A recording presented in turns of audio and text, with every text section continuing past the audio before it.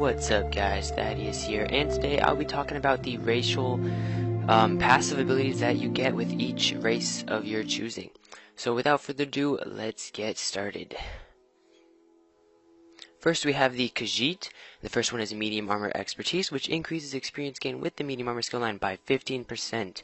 Then we have robust, which increases health regeneration while in combat by 5%.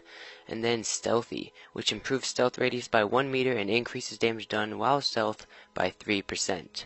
The last one is carnage, which increases critical rating for melee attacks by 1% and damage done by successful crits by 5%.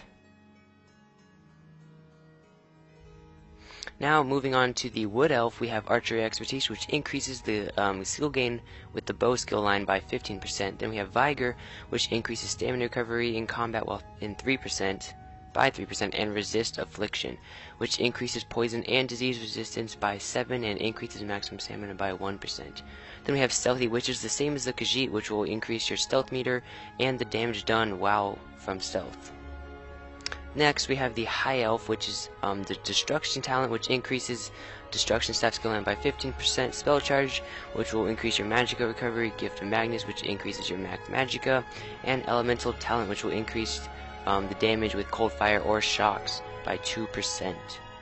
Then we have the Breton skill lines. The first one is Light Armor Affinity, which increases experience gain with Light Armor by 15%, Gift of Magnus, which increases max Magicka by 4%, Spell Resistance, which increases spell resistance by 2, and Magicka Mastery, which increases the magic cost of spells by 1. Next we have the Orc skills. Heavy Armor Expertise, which increases, heavy armor skill line by 15%, Brawny, which increases your max health and stamina by 2%, and Robust, which increases health regeneration while in combat by 5%. Then we have Swift, which will increase your sprint speed and reduce the sprint cost. Next up for Redguard skills, we have Shield Affinity, which increases the one hand and shield skill line by 15%, Vigor, which increases stamina recovery while in combat by 3%, Conditioning, which will increase your max stamina by 4%, and Adrenaline Rush, which restores 1 stamina to the player when damaging an enemy with a melee attack. This can happen no more than once every 3 seconds.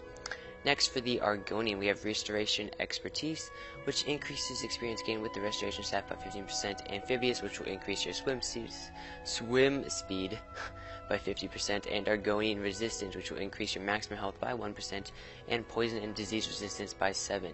Last one is Quick to Mend, which will increase your healing received by 2%.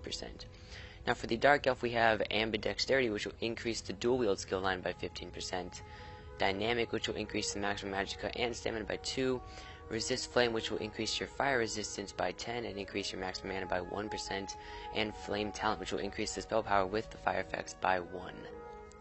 Now we have Nord skills, which will increase your two-handed weapon expertise by 15%.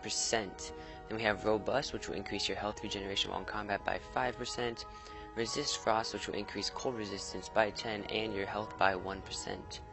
That last one is Rugged, which will increase your armor by 2. Well guys, I hope you learned some important and valuable information from the video. Leave a like if you did and subscribe if you haven't already.